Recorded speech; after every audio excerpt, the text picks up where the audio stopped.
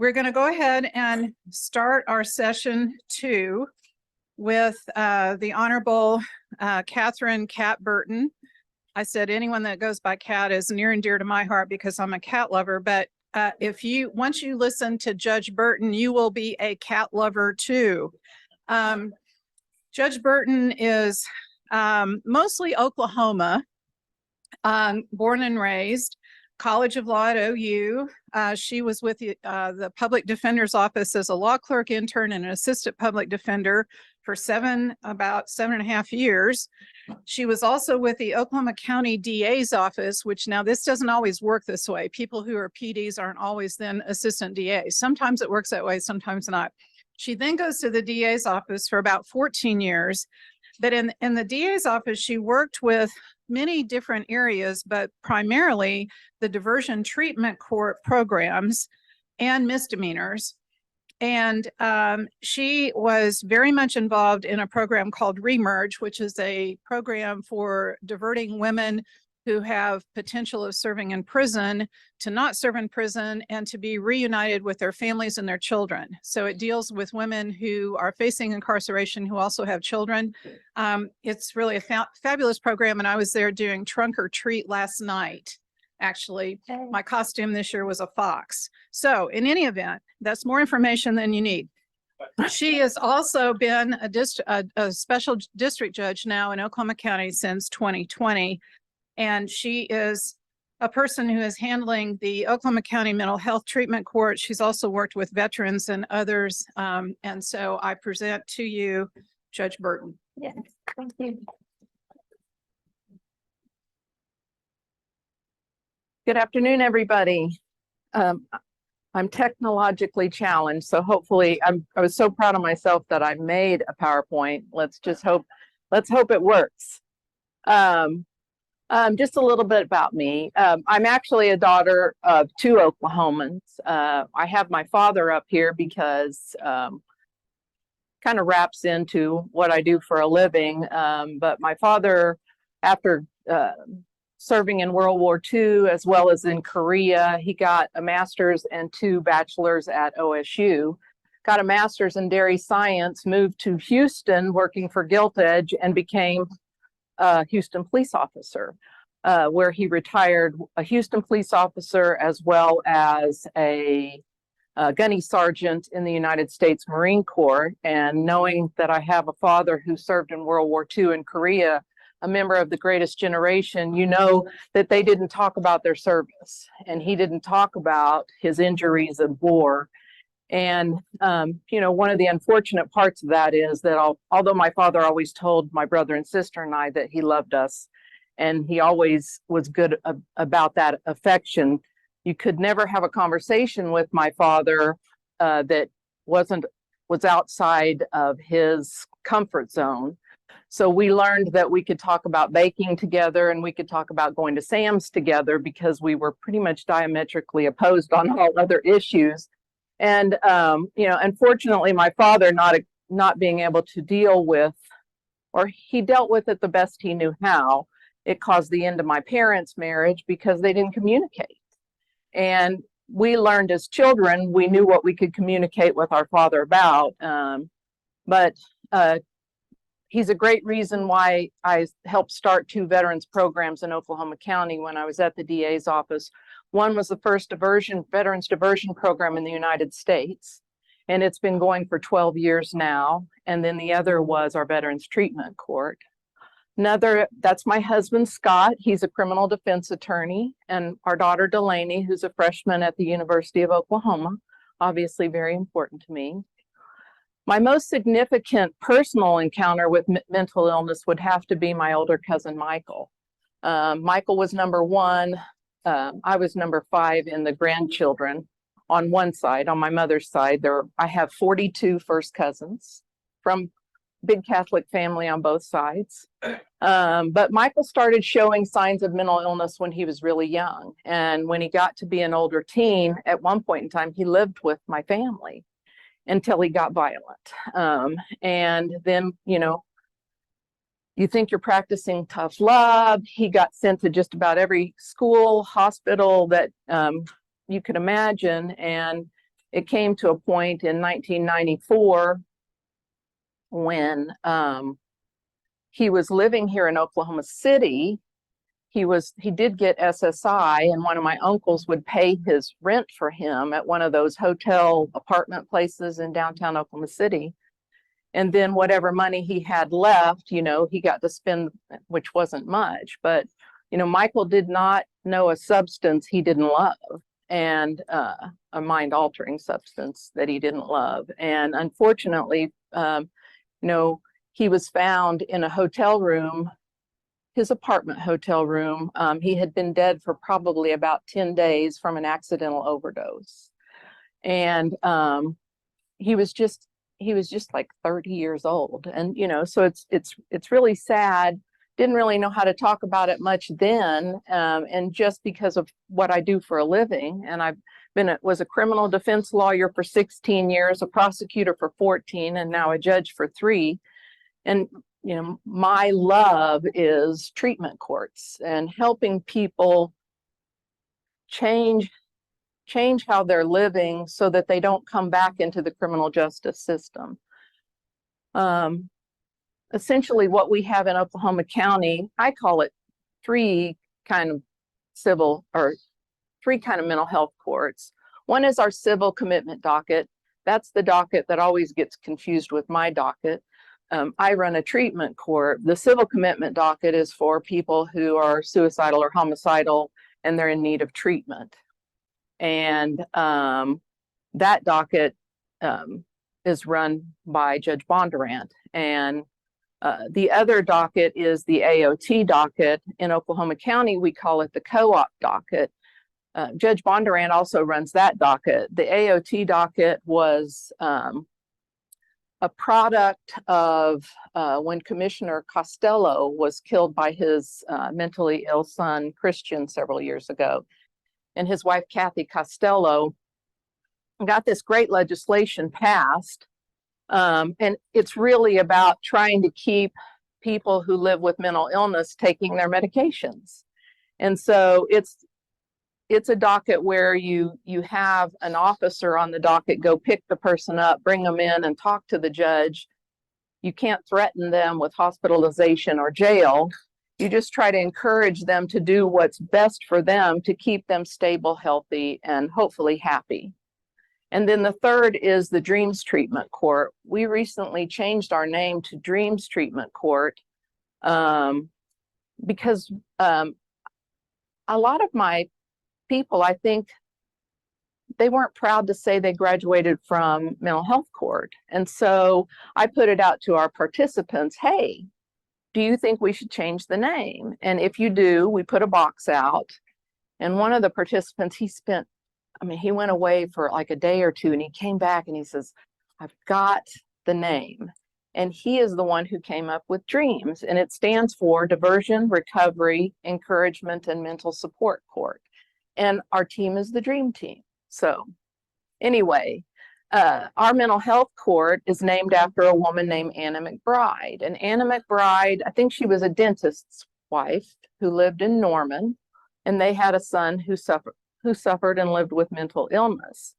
And she worked tirelessly with trying to help people who live with mental illness get help.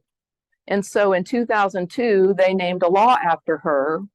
She didn't get to see it come to fruition because she died right before the first mental health court started. But Oklahoma County is we're the ones who started the first mental health court in 2002. You must be justice involved. That's our fancy way of saying you have to have been arrested and are facing charges or have charges pending against you. You must have a diagnosed mental illness. You can be co-occurring. Almost every single person in my treatment court is co-occurring, of course. They must be able to understand the process. They have to plead to their crime.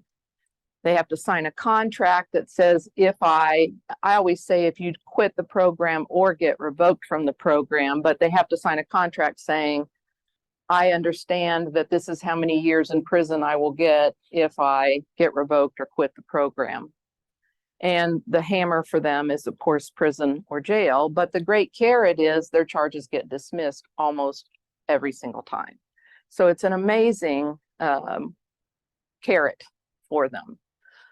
The civil commitment is someone who's been recently hospitalized for suicidal or homicidal ideations. They need treatment to get them stable, can be hospitalized. And how they get into theirs, they go to the crisis center. Either they take themselves, the police take them, or a parent signs, almost always, a parent signs what they call a third-party statement to at least get them to our crisis centers, where they're evaluated and hopefully kept for a few days. If you actually get into the hospital, they can keep you up to 5 days, not counting weekends or holidays, before you're assessed and you go before a judge to determine whether you need more treatment or not. The hearing there is very short, and you have a medical professional telling you whether the person needs more treatment or whether they're fine and they can go ahead and be released into the community. The differences between AOT AOT and co-op, which again, we call it co-op in Oklahoma County. As I said, it was created in honor of former Labor Commissioner Mark Costello. We just started the co-op program in Oklahoma County. We had an AOT program, and DMH had, they had a grant that they were able to put money into it. But the AOT program it's a real hard program to understand how to use it, and for a lot of judges to know what to do, because you have this person and they're out in the community, and the only way you know they're not going to the hospital or going and taking their medication and going to see their doctors is that the community mental health center has to file something and notify the judge. And we just couldn't seem to make it go in Oklahoma County. So I really am hopeful about co-op, because when I was in the DA's office, the AOT program, sometimes they only had 5 to 10 people in it. And right now, the co-op program probably started, 6 months ago? And I think there's over 150 in the program now. And a lot of these are people that have been in my program and they're not doing very well, or they're so, they just can't do the requirements of the mental health court, and they have a lower level crime, or they're what we call our frequent flyers, the ones that get off their meds, get drunk, get arrested for trespassing, public intoxication, but it's a lower level misdemeanor, and the hammer's just not that great for them to want to, when they're looking at mental health court or dreams court, they're like, oh my gosh, you're telling me I'm going to go to jail for a year, or I'm going to go to prison for 5 to 10 years. I don't want to do your program, but the co-op program is a better program for them. And it's a true diversion program in the sense that if they have charges pending, they're dismissed and they go into that program. I think I already talked to you about Anna. So who are we looking for to participate in our dreams court? Again, you have to be arrested. We're looking for high risk, high need people. I mean, these are people who suffer from substance use disorder. They chronically do not take their meds. They are in trouble quite often, and they often are dangerous when they are not on their medication and they're using substances. We don't want to take the lower risk people, because if you mix a lower risk person with a higher risk, you end up with a higher risk person. So you want somebody who already has access to treatment and is doing fairly well. You don't want to put them in my program, because you might just make them worse. The example, you don't want to put a kid who's been arrested for a traffic violation and throw them in a cell with convicted murderers. They're not going to come out better.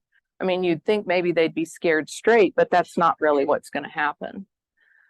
We define, SAMHSA defines serious mental illness as someone over 18 who within the past year has a diagnosable mental, behavior, or emotional disorder that causes serious functional impairment that substantially interferes or limits one major life activities. So some stats, these are from the Department of Mental Health and Substance Abuse Services. 39% of people who enter the program are unemployed upon graduation, an average of about 22%. The unemployment decreases.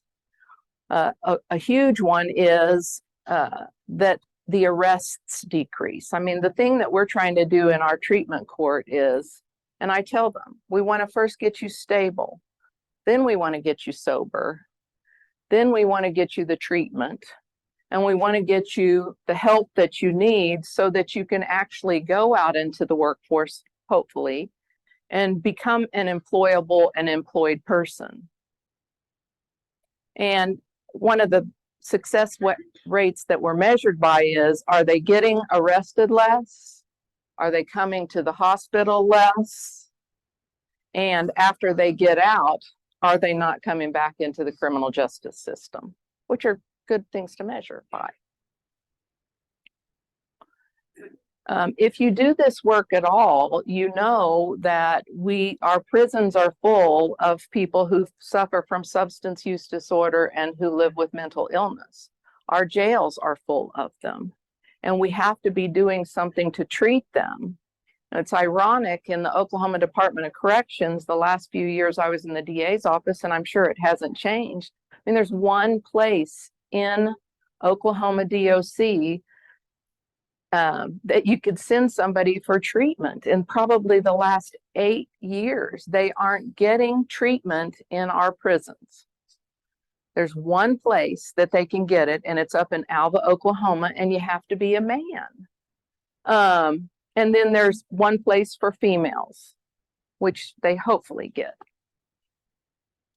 In our jail, and these stats are about 2 to 3 years old, it says as many as 400 persons with a mental illness. We average, I don't know, we used to average 1,700 to 2,200 people a day. I think we're a little lower than that, but a lot more people suffer from mental illness in Oklahoma County Jail, but they're not getting seen, because my mental health court people, when they're in jail, aren't getting seen and they're not getting their meds. So I know that a lot more people are not getting what they need from the jail. And the stats in this, 500 to 600 inmates in the Tulsa County Jail were on some form of psychotropic drugs. I kind of wanted you all to know what happens and how do you get into my program. And I'm a very visual person. So how you get into Oklahoma County Dreams Court is, the first thing that happens is you got to get arrested, and then you have to go to jail. I would say 95% of my participants plead into the program from jail. We just have very few that can get out of jail, which means they can't make a bond, whether it's $2,000, $5,000, $10,000.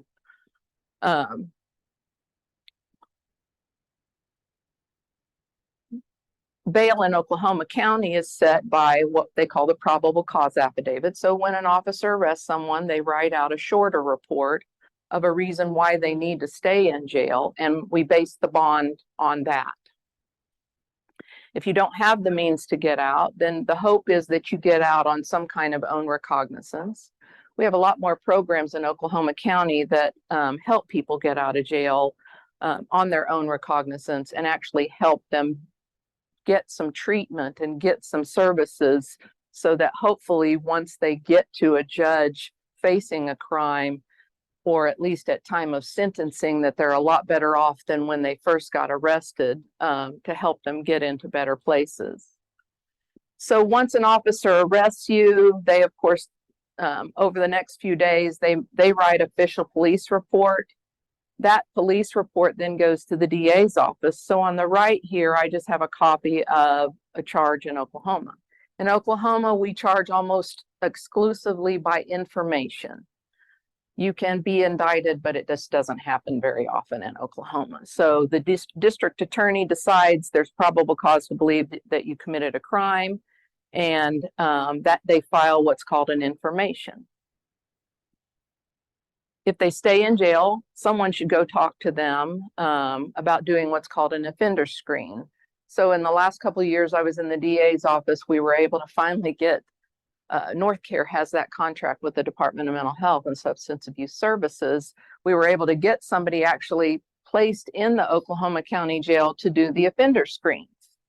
I'll tell you right now that they just decided in the last week or two that for the next 6 to 8 weeks, they're not going to do any offender screen in the Oklahoma County Jail because they don't have enough employees to watch the person that's doing the offender screen, which is going to put our treatment court applications probably to a halt.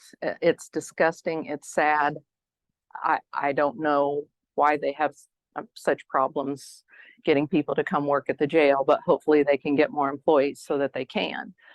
Again, they do what's called an offender screen. It is a screen. It is not an assessment, but that's how it's been approved for us in Oklahoma. The great part is the defendant doesn't have to pay for it. It is paid for by the Department of Mental Health and Substance Abuse Services. If they're out of jail, then they can actually go to the courthouse, and we have people embedded there at least 3 hours a day who do these screens. And it takes about 45 minutes to an hour where a person is talking to that person and just trying to figure out whether they have flags for mental illness. They figure out their substance use and try to give us some window into this person's history and life so that we can try to help make decisions about whether to put them into our programs. This woman is Kimberly Byard. I have known her since she was 23 and single. She's now married with 4 children, and she works for the Department of Mental Health and Substance Abuse Services, and all applications go through this woman.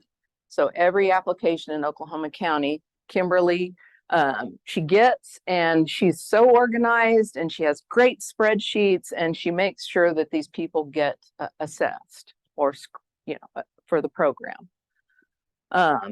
Then she submits the application, because the applications come through her. She submits those to the DA's office. Now, Vicki Behenna, who is an incredible woman, tried cases against her when I was a defense lawyer, and she was in the U.S. Attorney's office. She's got the right heart. She's going to be doing great things for our treatment courts, I am sure. The DA's office reviews their criminal history.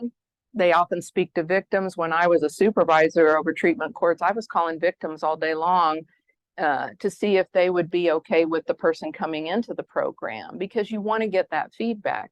There's nothing worse than being a victim of a crime and no one ever talking to you. And so we tried really hard, especially, I mean, not on every crime, but I tried to speak to law enforcement officers as well as the victims of crimes. And it's Dr. Kraft, when she was talking earlier about nurses and violence in the workplace. Those people are in my program. I would say 70% of my participants, and I have almost 300, have an act of violence against a medical provider or against police. I mean, when they're off their meds and they're using alcohol and drugs to medicate, most often they're not very nice people. And so luckily we have programs that can get them some help and hopefully get them to a point that when they graduate, they continue to do what they're supposed to be doing. We do an orientation on every applicant where our coordinator talks to them. It's an antiquated way of doing it. She reads our handbook to them. How horrible is that? It's so boring. I mean, I would just want to die if somebody read that thing to me. I'm trying to get the handbook down. I think I've gotten it from 55 to 30 pages, but this is one of the things I'll tell you a little later is that we need money and help. Is I think Judge Stoner, he has a video people can watch. We don't have that yet for mental health court. But of course my people need that. They don't have the attention span that can have a whole book read to them.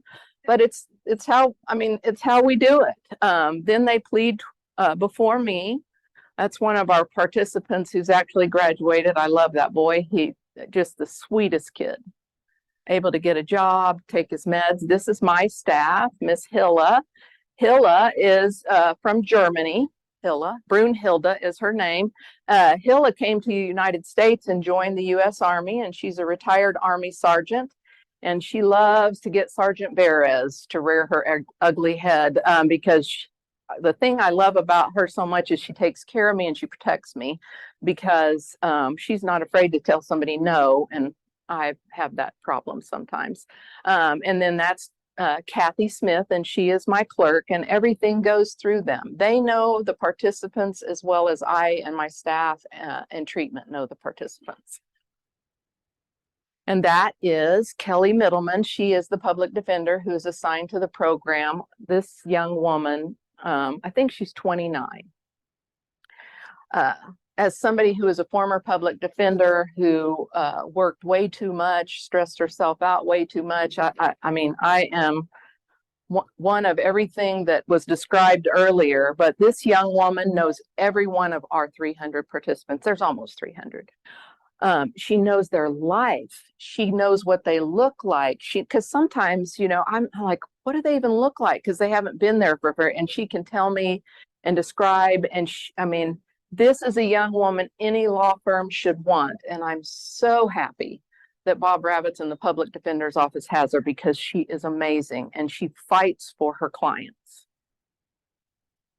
So this is our jail, of course. Once they plead in, they get released the next day from the jail. And we have a case manager who actually works at our diversion hub. These are all new things to criminal justice, but they're fantastic things. And we have a case manager that goes to the jail. They're supposed to get out between 6 and 8 in the morning. The jail releases them between 12 and 3 p.m., which makes everything worse because they don't, and Judge Stoner's got the same issue, they don't release them when we need them released. And that's Tyler Stark. He works for our diversion hub.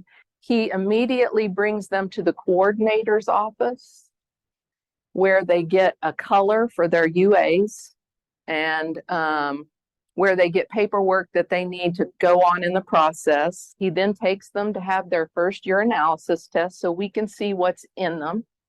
And then he takes them to the Department of Corrections because we have Department of Corrections officers that are supervising them, and they're in court with us every day as well.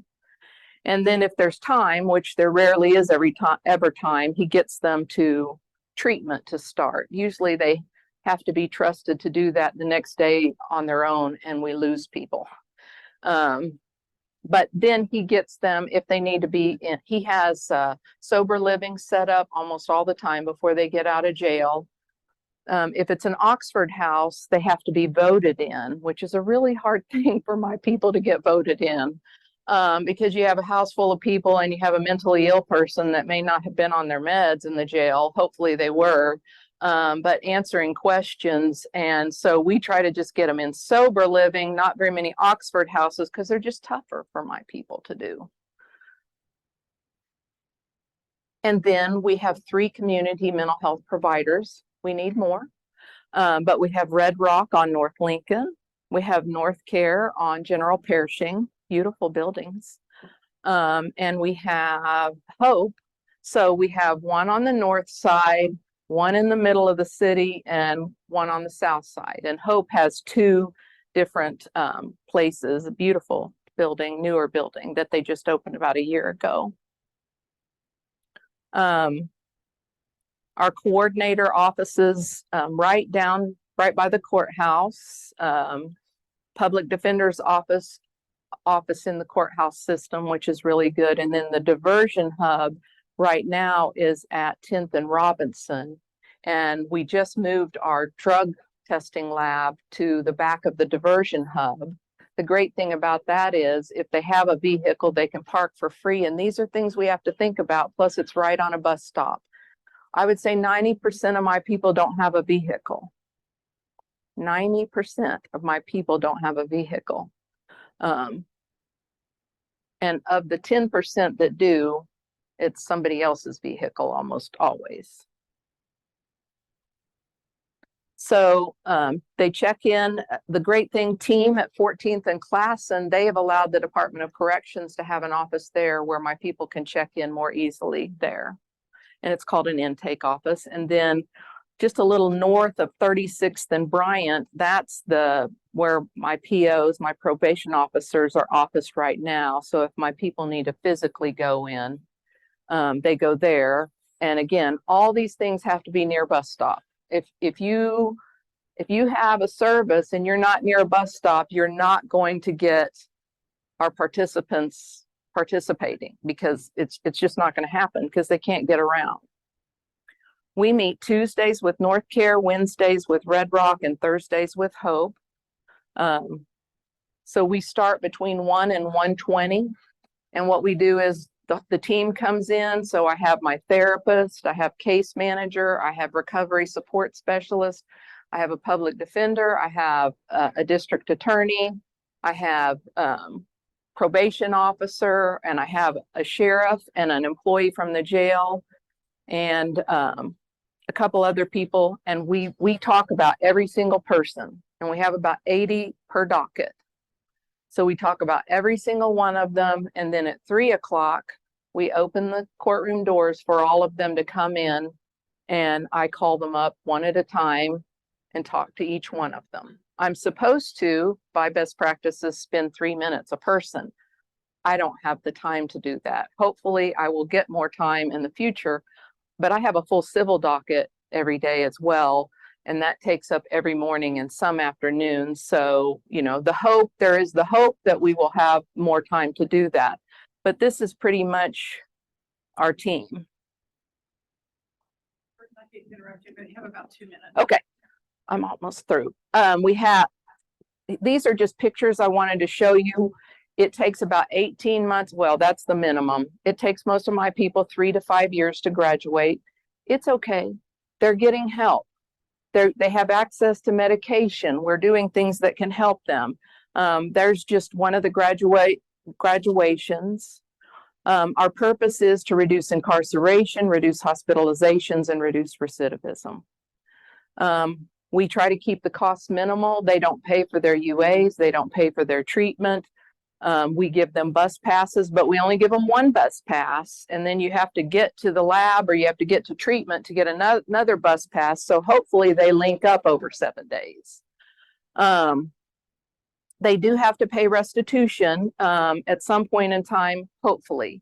I mean, most of these people can't, I mean, a lot of mine can't even be employed, but we try as we can to get restitution paid back to victims.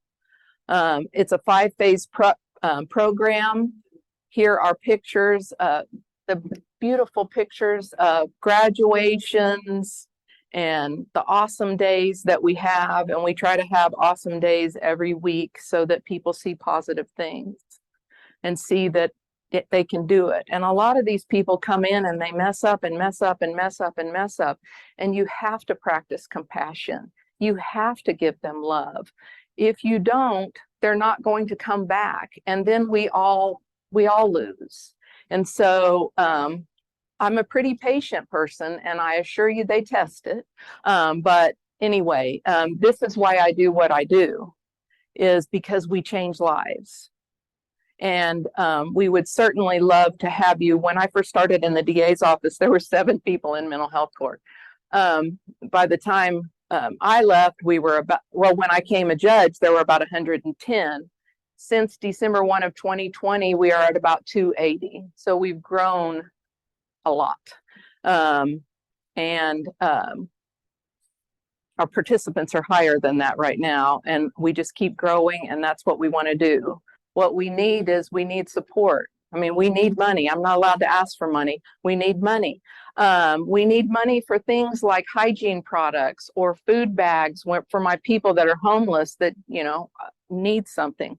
We need money to help them be in sober living, because I can get them a scholarship for a month, but a month is not long enough.